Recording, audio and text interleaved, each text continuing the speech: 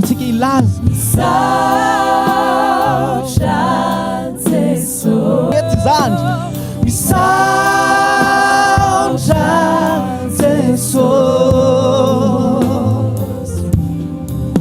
no zay rehetra nataonao misaotra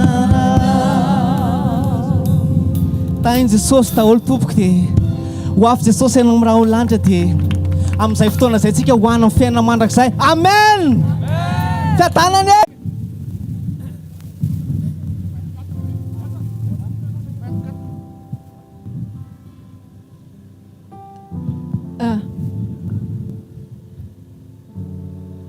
Mendrika ny soratsika tokoa Jesosy noho ny amin'ny zavatra izay nataonao antsika ianao Tompo.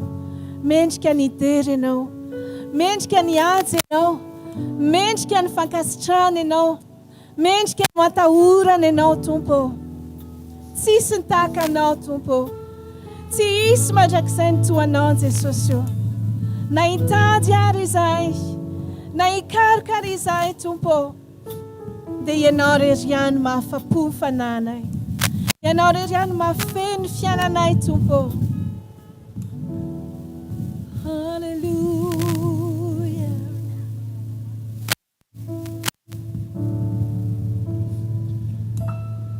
Mendrika ny dera sy ny asa asandratra ny tananay ho anao mba ho voninahitra. Mendrika ny dery anao sy ny asa asandratra ny tananay ho anao mba ho voninahitra. Fa tsara anao, magaga tsara anao, tsisy mitovy aminao, tsisy toa anao. Fa tsara anao, magaga tsara anao, tsisy mitovy aminao, tsisy toa anao.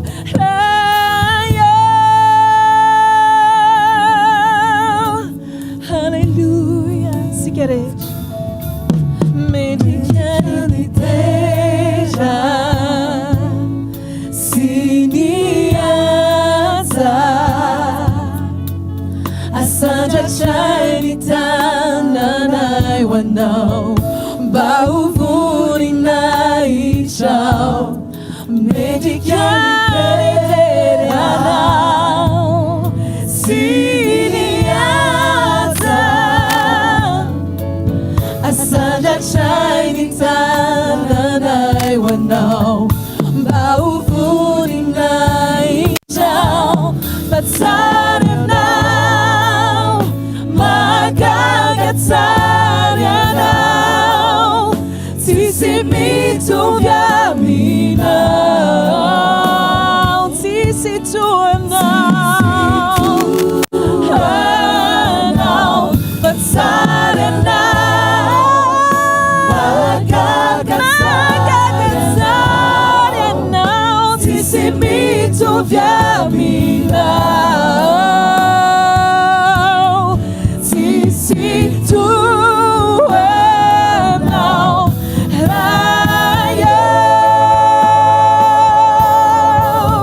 Não mbola vetsika mifotsika rehetra fa tsara anao. Hallelujah. Tsisy mitovy aminao Tompo.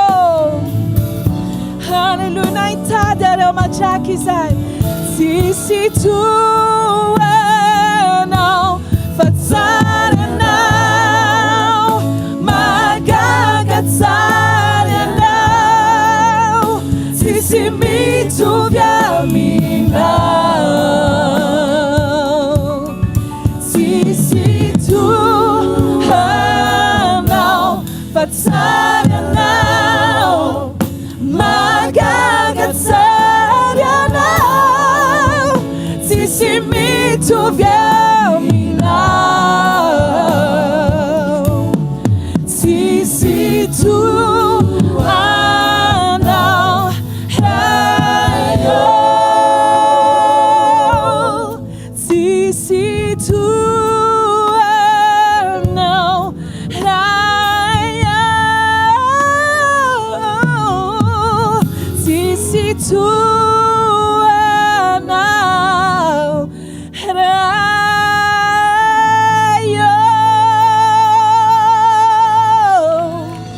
Tsisy toanao raio Kanafoiny zanakao lahy tokana mba ho famonjenanay sy atonga anay anana lalana ahafahanay mankany aminao indray ankehitriny izay Tompo dia afaka miantso anao hoe ray Aba ray noho ny fitiavanao ka nanoloranao an Jesosy ho anay ankehitriny izay dia tonga mpiray lova aminao Jesosy mino anao tokoa izahay zanakao izahay Tompo ary ny tena fanantenana sy fifaliana lehibe indrindra Tompo dia rehefa ho avy ianao ankanay dia hoe ho anilanao mandrakizay izahay Jesosy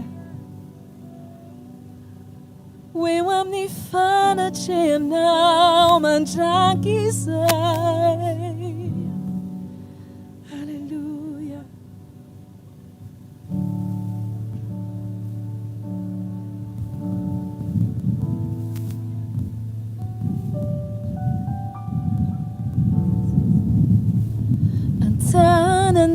Antananao no petrako indray Ny momba ai rehetra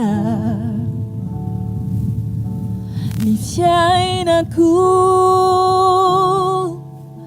eo am-pelantananao Anao koa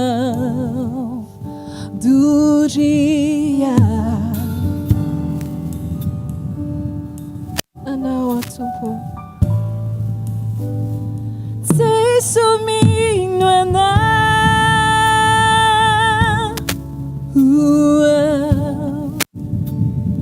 Anao manutu Luau Ni Antoni velumaku Sinyantuniraku Deiana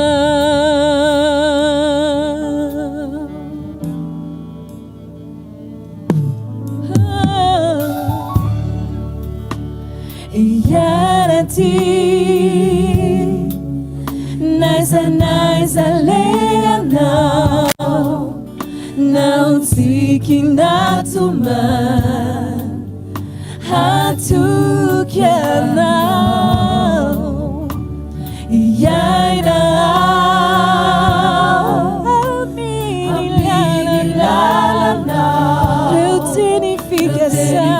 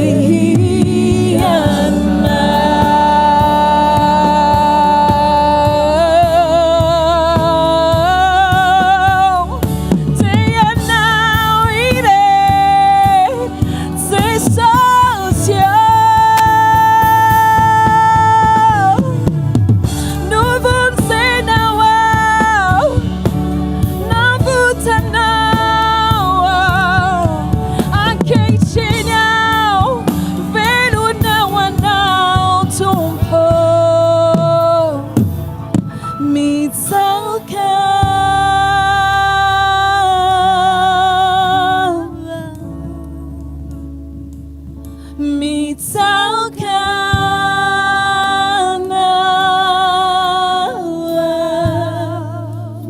nawa mitsoka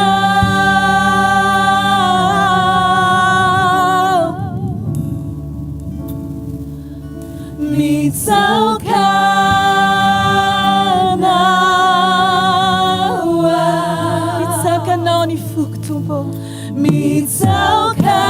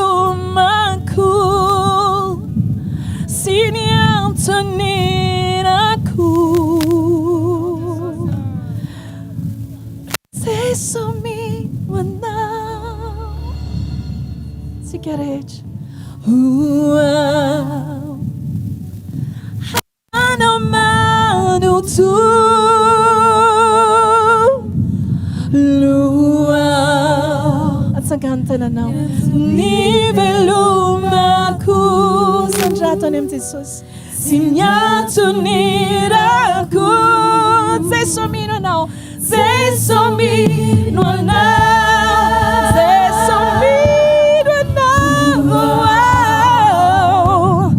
hanomanutu,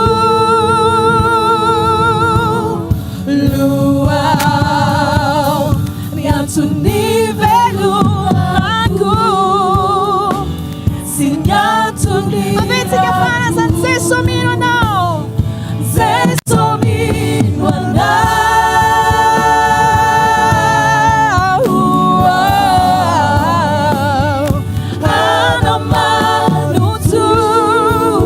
anomanutu, niatunivelumaku, sinyatuniaku.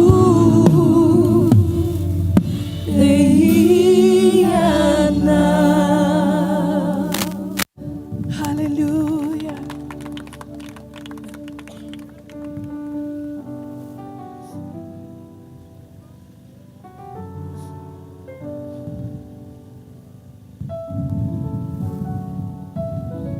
Rehetra olonao Andriamanitra miondrika eo anatrehan'ny famasinanao, ilay tsy mendrika anao Jesosy. Renay ny antsoantso ny fitiavanao androany taonanay, fa ianao ilay niteny taminay Jesosy eo. Zanako, zaho no niteraka anao androany. Tsy olaniko foana ty arivo ity Jesosy. Tsy avelako mandalo fotsiny Jesosy ty fotoana izay niantsoanao ahy eto amin'ity kianjo ty. Fa nolotra ny amiko anao ahy. Ny maha-izy ahy rehetra Jesosy dia afoiko. Efa tapitrohatra tamin'izay rehetra nieritreretiko fa mety aho. Nandeha tamin'izay fahatsapako sy fahitako Andriamanitra hatramin'izay. Nefa tsisy zavatra naomby. Fantatro androany fa tsisy afa-tsy ny ao aminao ihany. Ao aminao ihany no azahoana famonjena. Sokafako anao ny amiko rehetra Jesosy. Raiso ankonanao aho, raiso zanako aho.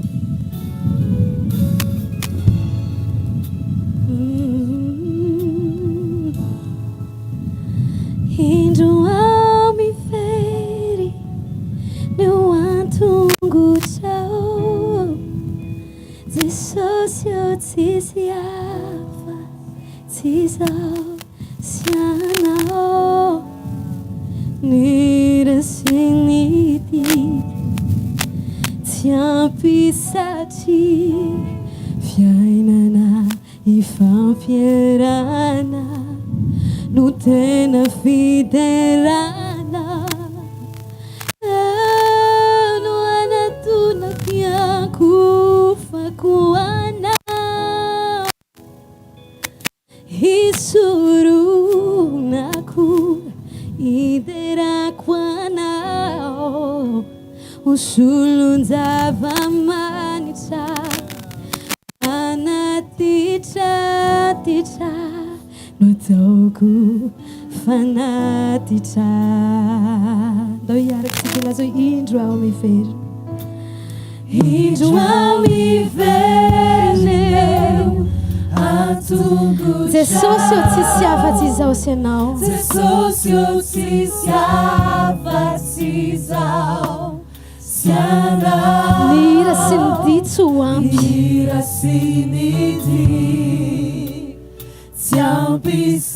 fiainana ifampiarana no tena fiderana.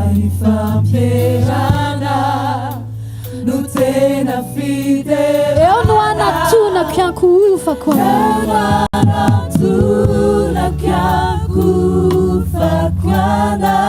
Isoronako iderako anao. Isoronako iderako anao. Usulunzavamanitra. Usulunzavamanitra manatitra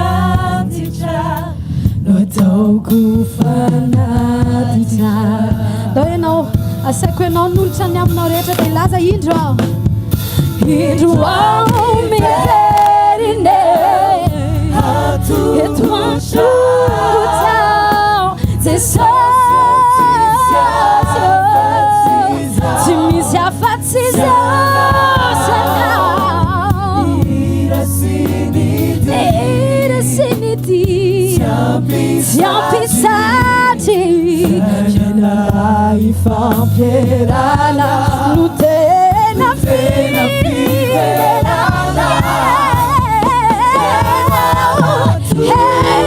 Anatonako isoronako anao. Iderako anao. Usulunzavamanitra manatitra mataoko fanatitra.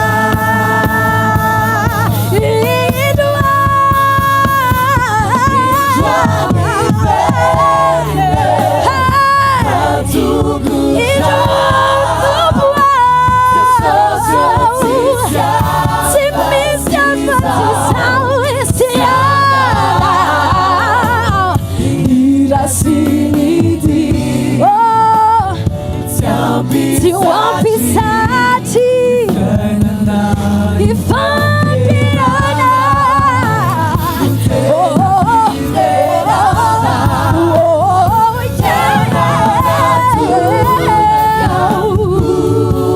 Minha cuca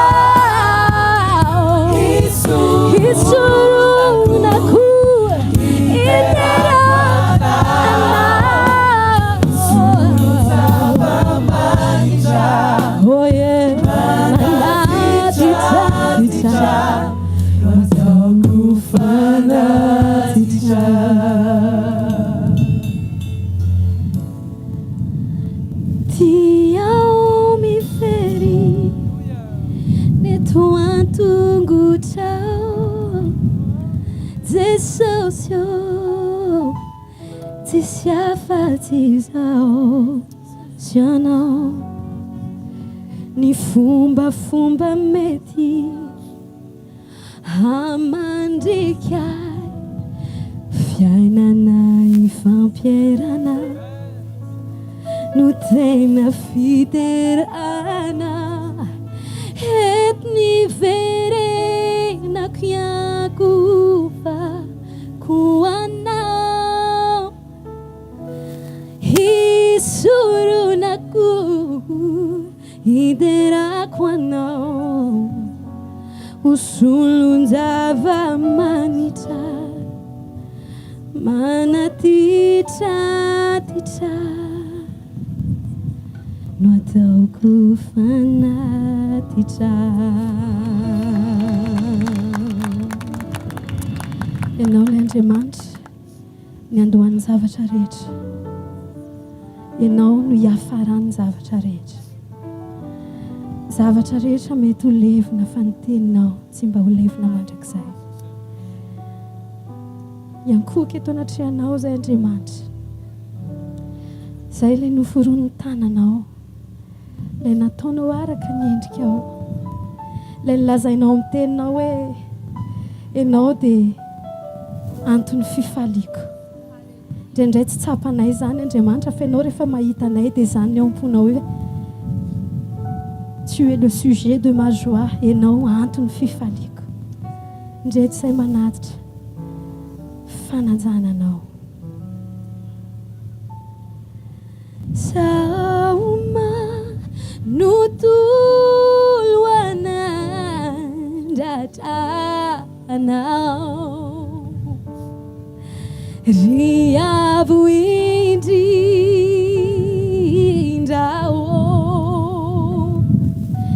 Hisamu nuleibe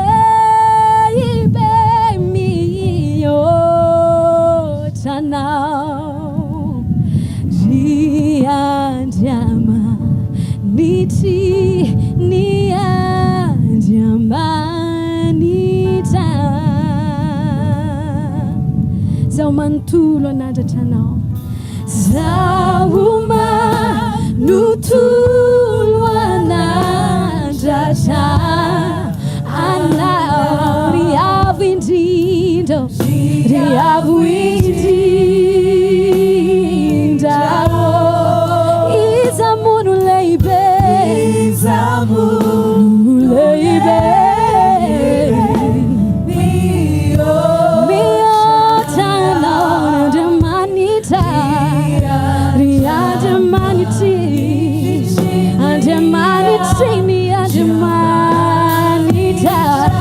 Sigareta yare lazayan Zawumanu tu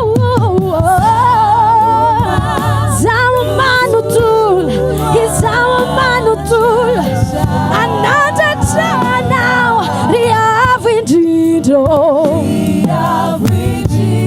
Riavu indindao Izamunu leibe Izamu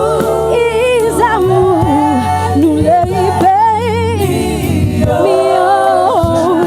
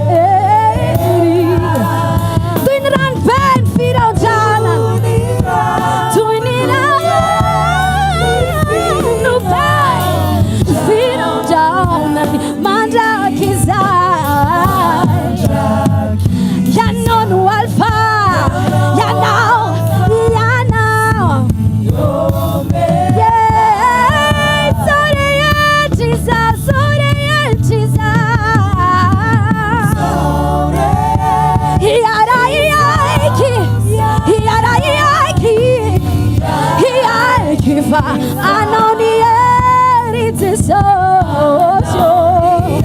anao ny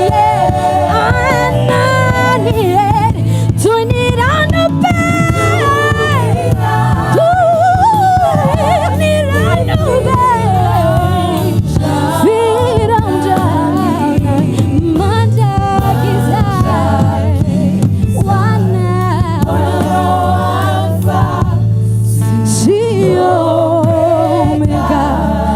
tsika rehetra iara ilaza zany hoe zao manontolo anandratra anao,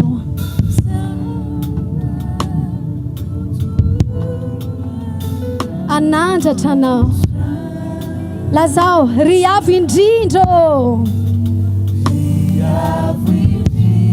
asandrato mafy ny feo anao ataonao an Jesosy zany, fizamony lehibe mihoatra anao, izamony lehibe, lazao mifonao ry Andriamanitra ny Andriamanitra,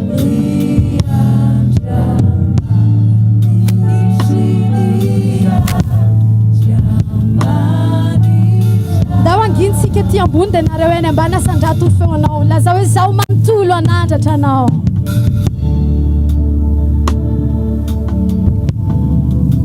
akipio ny masinao dia lazao anandratra anao, lazao ry avo indrindra,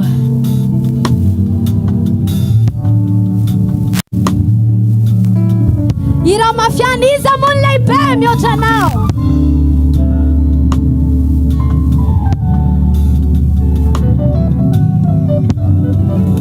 ry Andriamanitra ny Andriamanitra,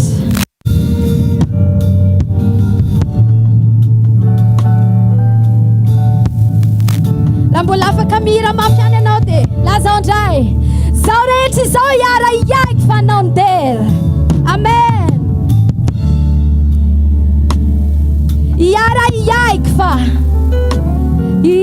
iaiky fa anao ny hery,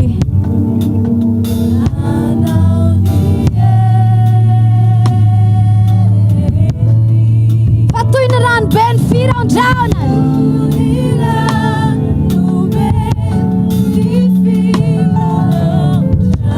mandrakizay ianao no alfa sy omega, ianao no alfa sy omega, enao ny tompony teny farany amin'ny fiainanay Jesosy, zao rehetra izao, zao rehetra izao, zao rehetra izao, samy aiky fa anao ny hery Jesosy, anao ny hery toy ny ranobe, toy ny ranobe, firandrana mandraky izay,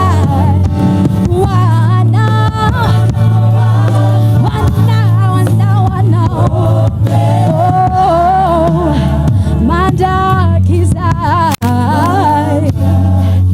ianao no alfa, ianao no omega, tsy fefarany fiainako izao, fianao mandraky izay, ianao no alfa sy omega, tsy tompony teny farany amin'ny fiainako ny devoly fianao, ianao mandraky izay, ianao no alfa sy omega.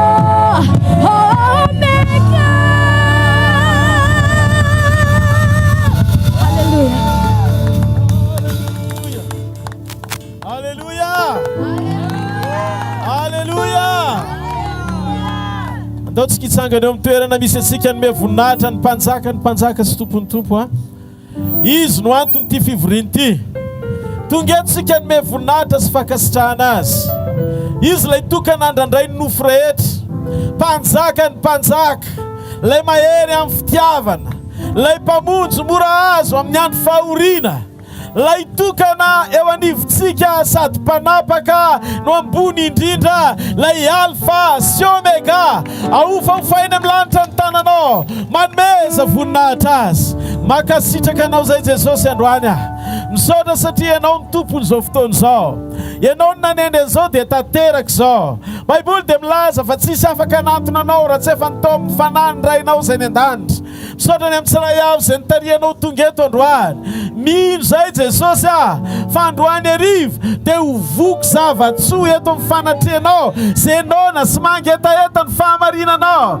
satria baiboly dia milaza fa sambatra zenona sy mangetaeta ny fahamarinana fa izy no vokisana makasitraka Jesosy oka ny teninao anapa-keto ny voninahitrao iseho eto falebiazanao iseho eto ary nizaniza very tonga eto anio ny fotoam-pamonjenanao ndao tsy kitiatanana mafeo an'Andriamanitra halleluja eno kelene sainao anatin'ny fonao ty zavatra anankiray ho zaraiko aminao ty androany arivo raha tena le Andriamanitry ny baiboly ny tonga eto androany Jesosy Kristy avy any Nazareta inona ny tantara fantatrao ao anaty baiboly amin'ny toerana rehetra zay nandalovany nisy fotoana Tomasy nilaza taminy ozy izy Tomasy hoe zaho ozy izy Tomasy tsy mino raha tsy mahita tonga Jesosy nitsapany lantanany sy ny lanovoany Tomasy dia niteny hoe tompoko ozy izy sy Andriamanitra dia zao nilazainy Jesosy tamin'izay hoe ianao satria nahita dia nino fa sambatra zay tsy nahita nefa mino androany arivo mety tsy hitantsika maso izy fa misy karazam-pahasambarana mihoatra no manin'Andriamanitra ho an'ny olona tsy nahita nefa mino azy noho izany androany arivo amin'ny anaran'i Jesosy Kristy avy any Nazareta lay tompony teny io karazana fahasambarana io na amin'iny ianao amin'ny alalan'ny finoanao azy androany amin'ny anaran'i Jesosy tikanao no vahofantananao any amin'ny lanitra akasitraka azy manomeza voninahitra azy makasitraka anao zay tompo manome voninahitra anao zay ny amin'ny fotoana amin'ny ty takarivo ty fantatro Andriamanitra fantatro amin'ny ty takarivo ty fa eto ianao ary ianao no hiasy eto ianao no antony nofo rehetra eto ianao no naniraka na eto hitondra ny teninao tsisy mahay manao fahagagana eto na ray ary tsisy mavita ninonino zany eto na ray ary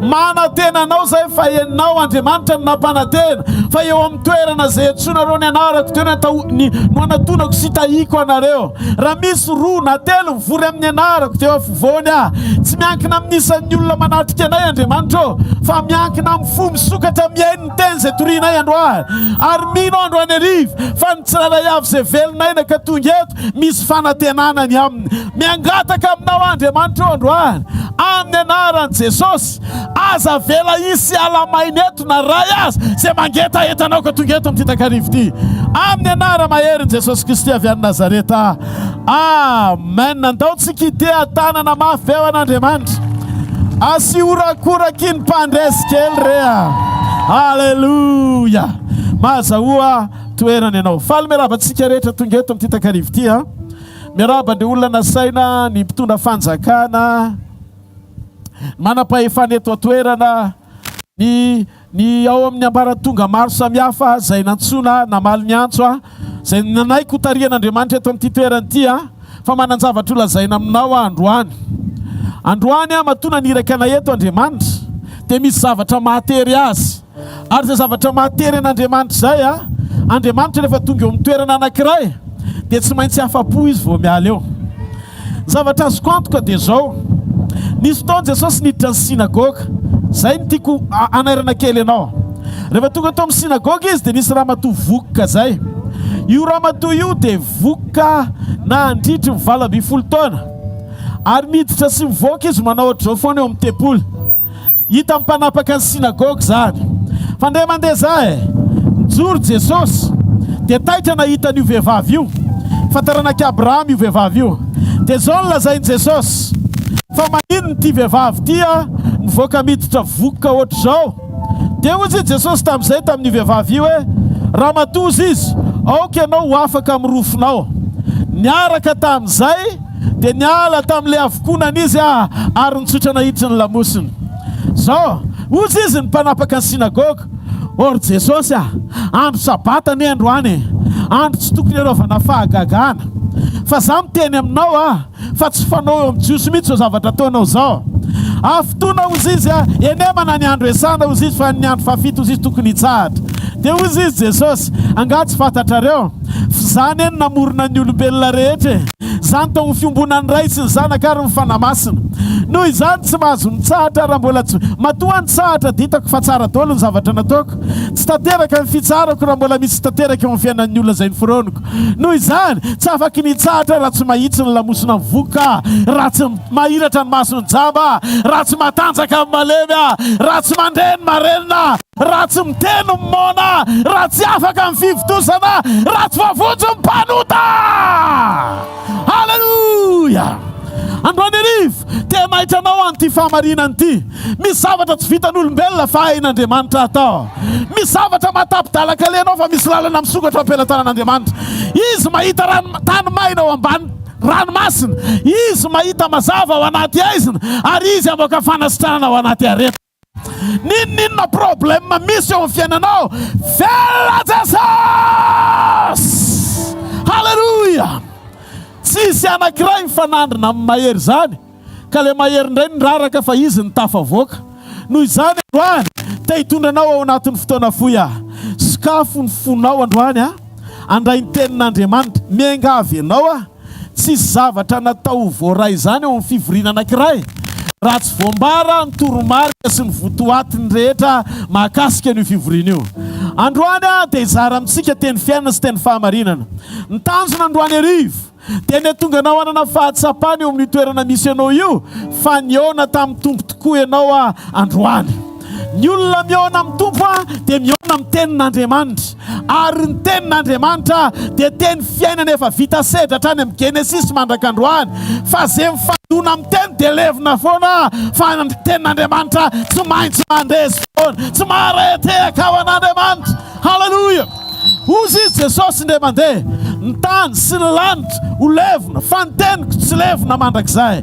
Mba fantatrao ho levina zao hitan'ny masonao zao ndray androany, fa ny tenin'Andriamanitra ihany ny tafavoaka farany eo. Satria Andriamanitra no alfa sy fiandohana, ary izy koa no omega sy fiafarana. Dikan'izay ny zavatra rehetra mandalo fa ny teny mitoetra. Andamone io aretin'io androany mandalo fa ny teny mpanasitrana no mitoetra. Io olana io mandalo fa ny teny mbaolana no tafatoetra eo. Io fahotana io mandalo fa fanamarinan'Andriamanitra ny anjaka eto. Mahita fo misokatra ao an'Andriamanitra androany, ary azoko antoka fa zay fo misokatra zay ny antony nandrahan'Andriamanitra ana eto. Ho anao zany amin'ny anaran'i Jesosy avy any Nazareta. Raisykely ny tena ny baibolitsika. Inona ny zavatra nazaraina amintsika androany? Tonga Jesosy amonjy sy anafaka anao. Tonga Jesosy aninona? Amonjy sy anafaka anao. Raisika kely ny tenin'Andriamanitra ao amin'ny bokin'ny Marka 5 manomboka amin'ny 9 ka hatramin'ny 9:7. Rehefa hitantsika dia ho vakitsika amin'ny anaran'i Jesosy ny teny. Amin'ny anaran'i Jesosy. Ary tonga teny ampitany ranomasina teo amin'ny tanin'ny Geraseny izy ireo.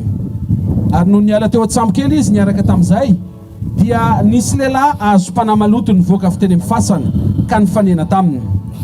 Fa nitoetra tao amin'ny fasana izy, ary tsy nisy olona nahafatotra azy intsony na dia tamin'ny gadra aza. Fa efa nafatony matetika tamin'ny gadra na ny tanany na ny tongony, nefa ny gadra tamin'ny tanany tapahany, ary ny gadra tamin'ny tongony torotoroiny, ka tsy nisy olona nahafolaka azy. Ary mandrakariva na andro na alina dia nitoetra teny amin'ny fasana sy teny tendrombohitra izy ka ninananana sady nitetitena tamin'ny vato. Fa noho nahitan'i Jesosy teny lavitra eny izy dia niazakazaka ka niankohaka teo anatrehany, sady niantso tamin'ny feo mahery hoe: momba faninona akory zasy ianao Jesosy zanak'Andriamanitra avo indrindra?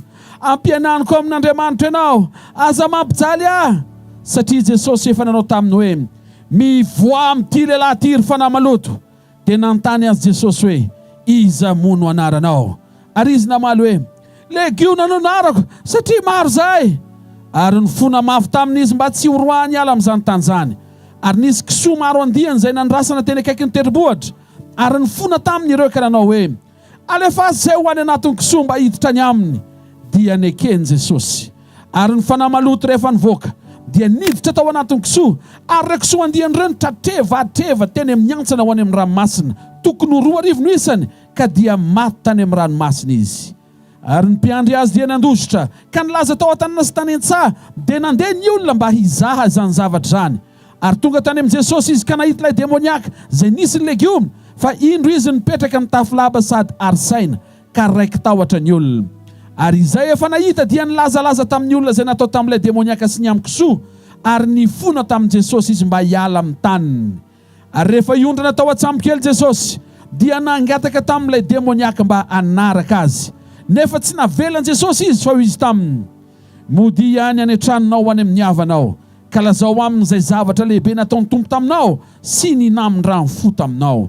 Dia nandeha izy ka nitory tany Dekapolisy izay zavatra lehibe efa nataony Jesosy taminy ka dia gaga ny olona rehetra. Ary rehefa nita tsabokely indray Jesosy ka tonga teny ampita dia nisy vahoaka betsaka tafangana teo aminy ary teo amoron-dranomasina izy. Dia avy ny anankiray tamin'ny mpanapaka ny sinagoga, Jairo no anarany. Ary rehefa nahitan Jesosy izy dia nenkohaka teo amin'ny tongony ka niangavy fatratra taminy hoe marary efa fatiny zanaka vavikely, andeha re mametrany tananao aminy mba ho sitrany izy ka ho velona. Amen. Halleluja. Eny amin'izay mangataka anao hanaraka somatsara ny zavatra rehetra eto. Ao amin'ny Marka 4 Jesosy nitory teny tamin'ny vahoaka be dia be. Teo alohany io Marka 5 io. Dia zao ny zavatra nitranga. Nanao teny mpanoharany Jesosy tamin'ny olona maro ohatra antsika izao mikasika momba ny hoe fanjakana, mikasika momba ny hoe fahamarinana momba azy. Ary hitantsika fa olona manarivony maro ny tonga iainon'i Jesosy tamin'izany. Fa ireo olon'ireo dia efa samy manana ny programany daholo. Izay programa hitadiavany an Jesosy, izay tao am-pony izy ireo tsirairay avy antony nahatongavany tao anatin'ny fivoriana misy an Jesosy. Jesosy koa nefa tamin'io fotoana io nanana ny programany. Dia zao ny zavatra nitranga. Manan-javatra tao am-pony Jesosy. Jesosy nanana programa hitady olona anankiray. Dia eritrereto fivoriana feno olona rakotra mbola angamba ataontsika hoe avy telo hoe noho izao hitantsika maso zao. Niala avy eo amin'io fivoriana io Jesosy andeha hijery olona anankiray. Io olona anankiray io tsy olona tao anaty fivoriana fa olona any ampitany rano ho vangina fa very saina manary tena ny apasana sy mitety tena amin'ny vato. Entsika tsara ny vaovao teo ny tantara teo nambarany Marka 5. Tsy nakany amin'ny vahoaka maro Jesosy fa nakany amin'ny olona anankiray Jesosy. Fa maninona Jesosy nakany amin'ny olona anankiray io? Tsy mpanjaky olona io, tsy olona hoe prince olona io, tsy olona mipetraka ao anaty chateau tsara tare, tsy mpanan-karembe fa olona possédé, olona voafatotsy ny devoly, voageja ny fanaratsy, olona verisaina mitoetra sy miaina eny amin'ny fasana ny toerany. Tena voakasika mihitsy ny foko na hitan'io tantara io satria hitako hoe Jesosy Kristy tsy tonga hitory teny eo amina stady fa tonga hamangolona anankiray hitory teny amin'ny olona any am-pasana. Mbola tsy nahita pasteur na fiangonana ngeza be na salatsala na tontonony hoe nafoy fiangonana sy ny olona be dia be fa nandeha niampita hizara teny amin'ny olona anankiray. Lasa izy nandray sambokely Jesosy nifindra toerana izy niaraka tamin'ny ekipany nandeha tsy ho any amin'ny mpanan-karena vahoaka be hoe tena maro isan'ny olona maro be iaino azy, olona voageja sy voafatotra verisaina monina any am-pasana nandaniany fotoana ny alany teo amin'ny olona maro ny ampitany rano ho any am-pasana. Rehefa nandray ny sambokely Jesosy ka nandeha dia zao ny zavatra nitranga. Ozy izy ny Marka 4 nisy tafiotra be tany ampovoan-drano, tafiotra mitady andetika ny sambokely ary tao anatin'izany dia saika difotry ny rano ny sambokely. Fa zao no izy nitsangany Jesosy nanakana ny tafiotra sy ny onjan-dranomasina dia nisy fitsarana. Mety hiteny ianao hoe ngamba anao démonstration na force Jesosy namaky anao miracle mpitsahatra an'io, zay ny antony natonga azy nanao fahagagana. Fa te hiteny aminao tsy zay ny antony fa tonga le fanaratsy nanakana an Jesosy satria legiona ny tao amin'le olona anankiray, le olona anankiray fa devoly amanaliny no tao amin'io lehilahy anankiray io. Miaino tsara ve nareo? Dia zao ny zavatra mitranga, le olona betsaka mitady an' Jesosy tereny filany navelan' Jesosy any ambadika any, fa le olona anankiray voagejany devoly be dia be nandehanan' Jesosy sambo kely andeha hovany any ampitan'ny tanàna. Zao ny zavatra mitranga. Eno le izy, eno le izy. Rehefa niampita Jesosy ka andeha sambo kely niditra tao sambo kely izy, tonga dia nitsangana ny tafiotra nanohatra an' Jesosy. Zany hoe le fanahany legiona tao amin'io lehilahy io nanao zay anakanana an' Jesosy tsy ho tonga hanafaka azy. Ny antony nahatonga an'le tafiotra dia satria misy fanoherana, nisy fanoherana natrehan' Jesosy. Fa zao ny vaovao mahafaly, tsisy ninninona fanoherana ka mahasakana an' Jesosy tsy hanao ny sitrapony. Mba fantatrareo, vao tonga teo amin'io toerana io Jesosy dia afaka le lehilahy io, afaka io lehilahy io. Zany hoe raha vitany devoly ny nanakana tsy ho tonga teo amin'io toerana io dia azony devoly ataony nanakana an'le fahagagana tsy hitranga eo amin'ny fiainany. Fa satria tsy azo sakana an' Jesosy fa tonga teo amin'io toerana io dia tsisy ninninina azony devoly atao akoatry ny mekoaka. Hitanareo, rehefa resy izy ka voatohatra teny an-tsambo kely fa tsy dobo ny sambona maty Jesosy dia tsy maintsy niazakazaka izy nanaiko hoe mahery ianao dia nekoaka teo atongony tamin'ny fotoana vao nialany ny sambo kely. Zao ny zavatra mitranga androany, raha tsy voasakana amin'ny fahatongavana eto ianonao tenin'Andriamanitra tsy azo sakanana koa ny vokatra andraisanao fahagagana avy amin'Andriamanitra. Noho izany androany arivo reo karazana fanasitranana sy fanafana ilainao dia omen'Andriamanitra anao zany. Tononoko amin'ny anaran' Jesosy fa ny famonjenanao dia tanteraka androany arivo, satria ho ambohi-pionana ionanao amin'Andriamanitra eto. Rehefa tsy voasakana amin'ny fahatongavana, tsy voasakana ny tenin'Andriamanitra, tsy voasakana koa ny famonjenanao. Tsy mahareteka ao an'Andriamanitra, tsy mahareteka ao an'Andriamanitra. Tiako fantatrao fa rehefa mamaky ny marika toko 5 ianao dia mahalala fa ny devoly dia manafika an' Jesosy, satria fantany fa izy olona anankiray ho afaka ary tsy azo atao ninninina intsony ligadarena fa tsy maintsy ho afaka amin'ny alalan'ny fisiany oranga io. Zany mahatonga milaza aminao androany fa zay mangetaeta fanafana avy amin'Andriamanitra ka vonina ny iverina amin'Andriamanitra dia zay fo misokatra zay no andrasan'Andriamanitra. Androany ianao raha piasa ny fonao hisokatra ho an'Andriamanitra dia tsy mila mitaraina ianao mba hosotran'Andriamanitra, fa amin'ity takarivo ity manome antoka anao zato isan-jato fantatry fa velona Jesosy. Tsy ny fampahoriana misy eo amin'ny fiainanao sakana tonga azy tsy afaka anao zay tiany atao eo amin'ny fiainanao, fa miandro ny fonao misokatra izy, vonina ve anao andray azy, vonina ve anao hiara-dalana aminy, vonina ve anao hiala amin'ny faratsiana rehetra, vonina ianao hanana komino amin'Andriamanitra. Raha ianao zay olona zay, azahoana zay zavatra hitany masonao ka mety manahirana amin'ny fomba fisainanao sy ny fomba fijerinao ny zavatra tianao. Fa ty vaovao mahafaly ty enona, ty vaovao mahafaly ty enona. Raha voatafiditra ao amin'ny fiainanao Jesosy dia tiako ho fantatrao fa tsintsinina ny adversera ty ivelany rehetra, satria lehibe lavitra zay ao anatinao no zay fanoherana misy eto ivelany manohatra anao. Tsy mahareteka ao an'Andriamanitra. Tadidio fa samy mamaky afisy na ny devoly na ny olona, samy mamaky afisy na ny devoly na ny olona, ny mpamosavy ny olon-dratsy. Zao anefa ninninona fanoherana, Jesosy Kristy avy any Nazareta dia avy nampitsahatra tafiotra ary zay voageja rehetra sendra azy dia nafahany avokoa. Ny babo afaka, zay fatorany fahotana afaka androany, satria ny programan'Andriamanitra tsy maintsy tanteraka. Ny miraro sotran'Andriamanitra, ny mpanota ovonjena, na tianiza na tsy tianiza, niza faly na faly ny devoly na malahelo, tsy afaka ny ahasakana ny tanan'Andriamanitra izy. Tara sambo izy fefa tonga Jesosy vao tonga saina ny adala. Velona Jesosy, halleluja. Fa maneho inona amintsika zarisary zany, maneho lanja sy ny asarobidiny fanahy. Lanja sy asarobidiny fanahy ny olona anankiray ho mason'Andriamanitra dia tsy hoe rehefa maro sy betsaka ny olona, fa Andriamanitra dia mametraka ny asarobidi ny fiainan'ny olona anankiray mifandraika tamin'ny namoronan'Andriamanitra azy. Amin'Andriamanitra tsy hoe sarobidy ny fivoriana rehefa tonga ny olona, fa amin'Andriamanitra sarobidy ny fivoriana rehefa eo ianao. Andriamanitra tsy tonga ho an'ny olona rehetrarehetra fa tonga ho an'ny olona anankiray. Ary inoko fa zay olona zay tonga eto androany.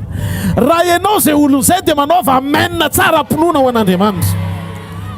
Anio rehefa misy olona anankiray miova fo dia faly ny lanitra, satria ho anao nandran'Andriamanitra na eto zany ny dikany. Niala tany amin'ny olona marobe tany zay fa tonga ny rahana ho anao rery. Tsy hoe sarobidy ianareo satria marobe, fa sarobidy nareo satria niforon'Andriamanitra hitovy endrika aminy. Ny rahan'i Jesosy ny nalatsa ho anareo, na mpanan-karena ianao, na mahanty ianao, na nandeha fiara ianao tonga eto, na nandeha tongotra ianao tonga eto, na nandeha moto ianao, na tongavana eto na bisikileta. Enoy, manan-danja eo mason'Andriamanitra ianao satria Andriamanitra dia nitondra ny fahorianao, nanaiky ho faty eo amin'ny toeranao. 2 taona lasay. Halleluja! Misy fotoantsika mazoto ery rehefa be olona, rehefa miano maresaka aneo. Androany ariva tsy fivoriana maresaka no ilaina, fa fivorim-panafana no ilaina, fivorim-pamonjena no ilaina. Tsy olona maro nefa tsy voavonjy, fa olona maro voavonjy no ilaina. Tika ianao hifanena amin'ny Jesosy manokana androany, ataovy amenina tsara ho an'Andriamanitra. Rehefa manambara ny hafa ny Andriamanitra jereo, tsy olona marobe nanomezany revelation momba ny fiankofana. Mba fantatrao nisy fotoana Jesosy nanome fanambarana momba ny fiankofana. Tsy teny amin'ny olona be dia be nanomezany Jesosy azy. Vehivavy Samaritana teo am-patsakana no nifampiresaka amin'ny Jesosy, nomeny fanambarana momba ny fiankofana. Jesosy tsy nizara fiankofana tamin'ny folo olona be dia be, fa olona anankiray mivanginy teo am-patsakana dia nanambarany zava-miafina momba ny fiankofana. Te hiteny aminao Jesosy tsy hoe mafana fo be izy mitoroteny rehefa be olona na rehefa vitsy ny olona, fa Jesosy rehefa mifanena amin'ny fo misokatra dia manambara zava-miafina na ianao rery azy. Anio, mino fa Jesosy aneo ny heriny anokatra amin'ny fanambarany manokana ho anao ndray, tsy mahare orakoraka ho an'Andriamanitra. Eno tsara, niala vahoaka be Jesosy, niatrika tafiotra Jesosy, tonga tao Gadarena Jesosy. Zavatra nitranga voalohany, rehefa tsy vita amin'ny fahavalo nandavo azy teny Tsambokely, dia tonga ny akohaky ny fahavalo hitsena azy. Fantatrareo, lasa nanaiko tonga service protocole ekohaka amin'ny Jesosy, le démoniaque atao hoe le gona, satria tonga ny roi des rois na ny mpanjaka ny mpanjaka. Tiako fantatrao fa amin'izao fotoana izao misy fanahy be dia be miekohaka sady manaiky ny fiandrianany. Tsy miankina amin'ny atsara ny toroteny zany sy ny mpanompon'Andriamanitra ampiasaina, fa miankina amin'ny présence zany sy ny fanotronan'Andriamanitra. Rehefa eo amin'ny toerana anankiray ny fanotronan'Andriamanitra, miekohaka amin'ny fanahy rehetra izay tsy an'Andriamanitra. Ny antony dia tsotra, nahatongavan'i Jesosy tsy hamangy toerana fa hamangy olona. Ary azoko androany fa tsy toerana ny sakana fa rehefa sokafa mesolemera ny toerana niona tamin'ny olona Andriamanitra, ianao zany le solotena ho Gadarena ho afahana. Tsy mahareteka ao an'Andriamanitra, tsy mahareteka ao an'Andriamanitra. Hitanareo ny zavatra mitranga, tsy maninona fa Andriamanitra tsy mametraka amin'ny fahavalo eo amin'le dingany gabaria ananany. Mety misaina ianao hoe mafy be le olana satria nahoana resy foana ianao isan'andro, fa tiako milaza aminao fa Goliata tena zatady sady lavaranjanona ny goavana be. Fa rehefa nanatrika ny Goliata Davida dia zao tsy nampiasa fitaovam-piadiana mahery vaika be izy na goavam-be, fa nampiasa fitaovana famonoana alika izy be rasy liona. Ny dikan'izay vato no nampiasainy, tsy mitady no nampiasainy nahoana satria tsy goavany Goliata ka mila fitaovam-piadiana manokana.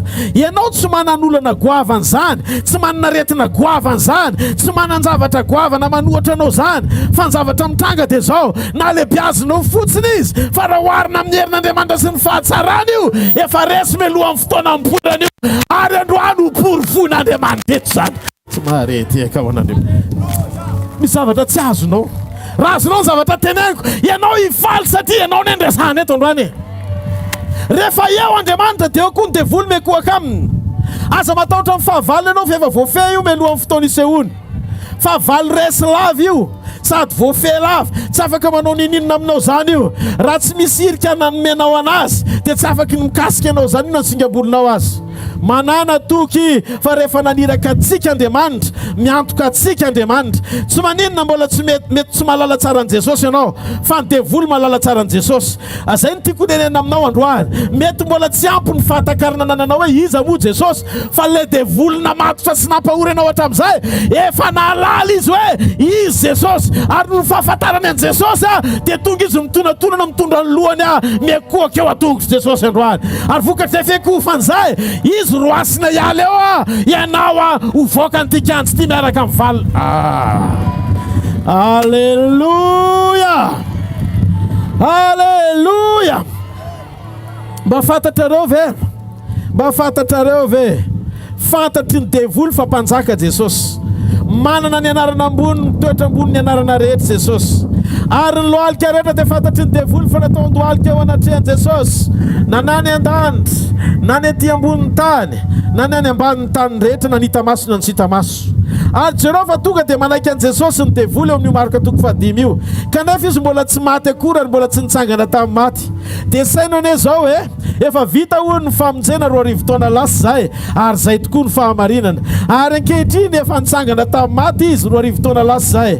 Anio mahita fa hiala ao aminao zay devoly rehetrarehetra mitakikitra ary hitsoka amin'izay izy satria hoafahan'Andriamanitra ianao, mandresy miaraka amin'ny Jesosy ianao. Ary eo amin'ny toerana misy ianao io, le rendez-vous hifanenanao amin'Andriamanitra androany.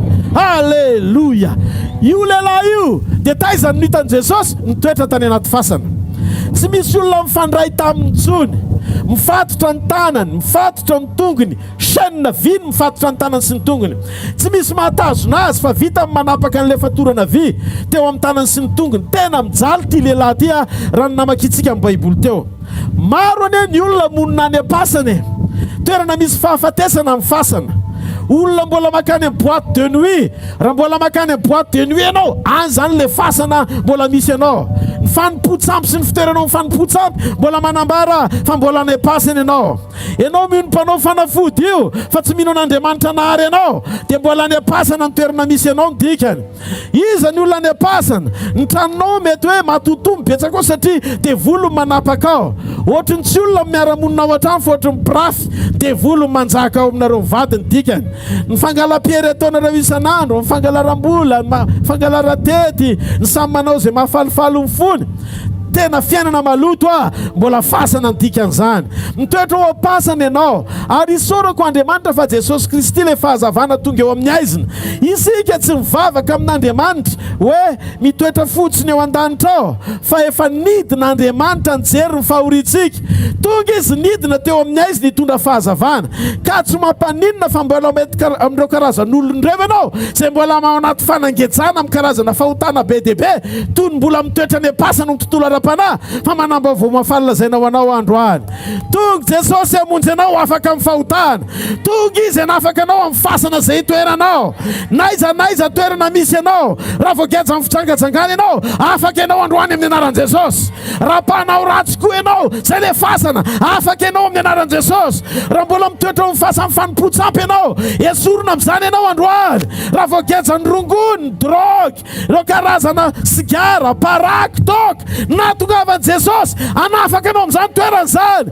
Tonga izy hidina eo amin'izay fasana misy ianao, naniraka anao izy, zao lazaina amin'ny malalako, afahoangana izy, fiavakaiky ny fiverenako. Ary androany azoko antoka fa raha tonga eto saitona zany avatry zany tafavoaka ianao amin'ny anaran'i Jesosy. Tsy mare orakoraka ao an'Andriamanitra. Ninona toerana fahafatesana misy ianao? Mety mbola miara-matory amin'ny olona mbola tsy vadinao akory ianao, zay le fasana misy ianao. Mety aboneny amin'ny hôtely isaky ny mihetsika, mety climatisé be, asiana ranomanitra tsara tare satria hiatorinao amin'ny sakaiza ratsinao. Manitra io toeran'io, mety feno ranomanitra le izy, mety misy clima ao amin'ilay izy, misy fampangatsiahana rehefa mafana be, fa anepasana ianao. Mety hoe nieritreretinao eny amin'ny toerana faran'izay raitra ianao, kanefa ao anaty alatra ny fiainanao, ao anaty solokina ny fiainanao, anepasana ianao. Fa androany aty anaitranao ao anatin'io Sany indrindra nandreseny Jesosy nitsainganany tamaty mba tonga ny fasana rehetra ho foana fa tonga ny lanitra ho feno. Androany ariva ny rano ilaza aminao fa tsy opasana tsony ianao fa tonga Jesosy anangana anao, afaka mifahazaranatsy ianao, afaka mifiainam-palitony ianao, afaka mifitsangajangana ianao, zay fasana rehetra vaky androany. Halleluja. Somary orakoraka ao an'Andriamanitra. O marika toko 5:7-8. Tsy misy olona afaka ny manao ninino zany satria tapitra tsy azon'ny olona atao nininona tsony io lehilahy io. Tokamonina tany apasana mifatorana ny tanany sy ny tongony. Hitanareo ve zavatra mitranga? Raha eo aminao zany zavatra zany tsisy azon'ny ray aman-dreniny atao tsony. Ny vady sy ny zanaka tsy misy azo atao tsony. Ny rahalasa ny bavy tsy misy azo atao tsony. Pasteur reraka koa, namana, ny sakaiza, ny rahalahy, ndretraretra. Fa za te hiteny aminao, ty lehilahy ty mba tombotokana tany efa tsisy azo atao tsony ny aminy, efa namany hoe maty fahavelona izy. Fa androany arivo misy anankiray izay afaka mbola hikarakaranao sady mpanafaka tanteraka izy amin'ny ka maro samihafa. Zay tsy azon'olombelona atao ain'Andriamanitra atao. Afaka manovolona Jesosy ninina tsisy antenaina intsony, mpamonjy morazo amin'ny andro fahoriana izy. Reny olona nahiliky ny fiarahamonina tahaka io lehilahy reo indrindra no atongavany. Dikan'izay niza reraka aminao na ray aman-dreny na fianakaviana na namana na sakaiza, eto Jesosy androany hiditra mony tsy karakaranao, tsy andatsanao izy, tsy tsaranao izy, tsy anameloka anao izy, tianao Jesosy. Afaka manovanao izy, raha izy izy androany ho tombo sy mpamonjy ny fiainanao manokana, ary tiako ny ampahafantatra anao ny aminy. Anio izy anova zavatra be dia be ao amin'ny fiainanao. Halleluja. Afaka anovanao vaovao izy, manome anao fitiavana izy amin'ny alalan'ny fanany masina, anovanao tanteraka. Jereo fa rehefa afaka lehilahy dia niteny hoe Jesosy afaka manaraka anao ve dia jereo fa niova fo lehilahy, olona verisaina ny lasa niera tamin'i Jesosy hoe afaka manaraka anao ve. Anio Jesosy anovanao izy, mety raraka ny olombelona, mety miravoravo tanana ny olombelona, fa eto le mahefa ny zavatra rehetra. Tsy tonga andesy lahatra anao no atongavako eto, tonga hanolotra mpamonjy anao fotsiny. Tianao izy ary mihevitra anao, tsy mahay manova anao zahay, tsy mahay mandresy lahatra anao zahay, tsy manana zany fahefana zany. Le naniraka anay dia manana ny fahaiza manao mamonjy sy manafaka anao ary manova sy mamadika ny impossible rehetra ho tonga possible eo amin'ny fiainanao. Noho izany ty takarivo ty manany anao fanantenana fa ahita an'izany atao hoe tanan'Andriamanitra mamindra fo manovan'olona zany ahita olona mibebaka ianao androany ahita olona miova fo ianao androany ary ahita olona ndray fahagagana ianao androany. Raha ianao zay olona zay mitiafa mafeo an'Andriamanitra. Mety tsy ampino mihitsy ny zavatra hitranga satria taorian'ny fiaonan'io lehilahy io tamin'i Jesosy, le nitoetra tany apasana ny tonga evanjelisitra mpitondra vaovao mafaly tao an-tanàna. Velona Jesosy. Hoy izy Baiboly ao Marka 5:5. Io lehilahy io dia nikika teny tendrombohitra ny antsoantso tany apasana. Ny nananana ozy izy satria nananana ny antsovonjy. Hitanareo fa miverina kely ny sainy dia mikika izy miantso vonjy. Isaky miverina ny sainy dia mivavaka izy. Tiako fantatra zany fa Andriamanitra dia mpamaly vavaka ary Andriamanitra dia mpiainy ao anaty lalina tsy misy mahita. Reny Jesosy ny vavaka io lehilahy io dia zay no nahatonga ny Jesosy tonga tamin'io fotoana io. Sahala amin'andrenesan'Andriamanitra amin'ny fitarainany zanak'Israely tany Egypte nampahoriana nandritra ny 400 taona dia hozy Andriamanitra amin'ny Exode 3:7-8 hoe reko ny fitarainany hidina amin'izay hamonjy azy. Ity lehilahy ity tsy hoe nikika na nananana fa nivavaka hozy izy ny Baiboly. Raha izy no nafaka mety zay le zavatra nataony, mety mbola ao anaty fahoriana lalina izy fa niantso an Jesosy izy. Raha oviana vao afaka amin'ity doroko ity ndray hozy izy ianao, raha oviana vao afaka amin'ity fitsangajangana ity, raha oviana vao hijanona izy no nafaka manana hery hamonjy ren'Andriamanitra ianao zany ny anton'ity croisade ty.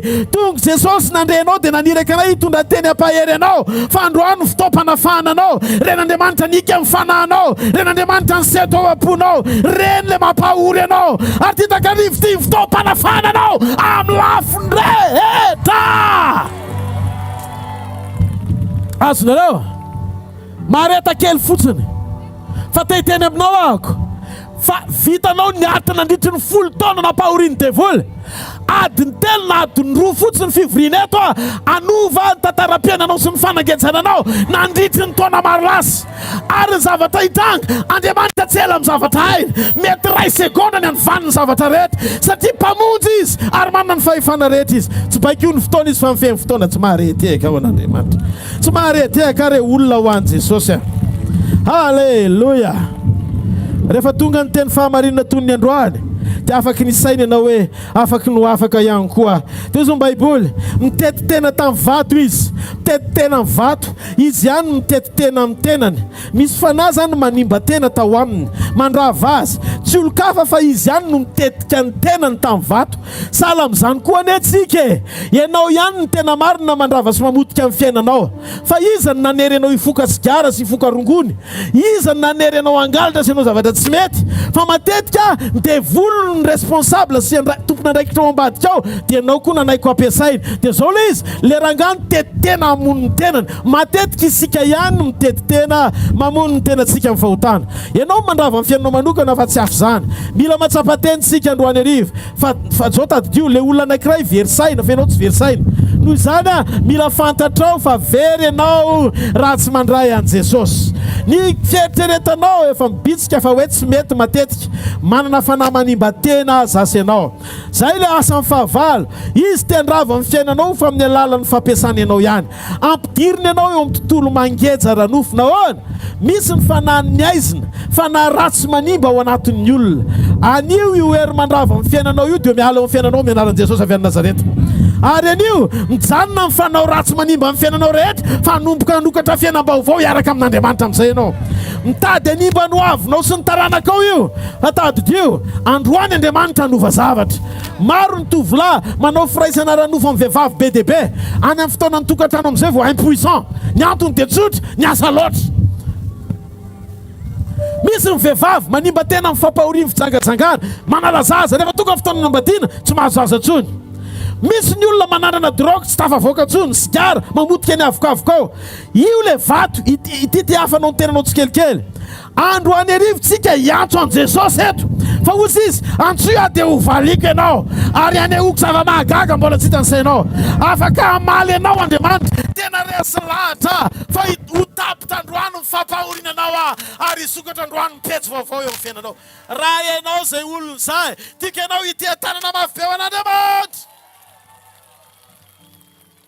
halleluja halleluja halleluja manomboka androany ninninona tontolo rehetra nampahory anao tika anao hiaiky fotsiny fahotanao hiteny amin'i Jesosy amin'ny fomba tsotra hoe meloka teo anatrehanao diso Andriamanitra mifona aminao mangetaeta fihavanana sy fiombonana aminao ako ary mititaka arivo tika anao hitsangana eo amin'ny toerana misy anao ao vao fainy amin'ny lanitra ny tananao dia misoran'Andriamanitra mifonao manontolo rehefa voaraintsika ny teny dia hiditsika amin'ny tontolo mpiainana iombona tanteraka amin'Andriamanitra ao anatin'ny fanahy mivavaka teneno Andriamanitra androany tompo tena mila anao ny fiainako te hiombona aminao indray te hiavana aminao te ianao ny sitraponao te hiray tanteraka aminao tia ny fotoana hifankahitako aminao indray nomenao any fahafahana androany tena hiray tanteraka aminao raha ianao zay olona zay tika ianao amin'ny fonao manontolo tena hisokatra tanteraka androany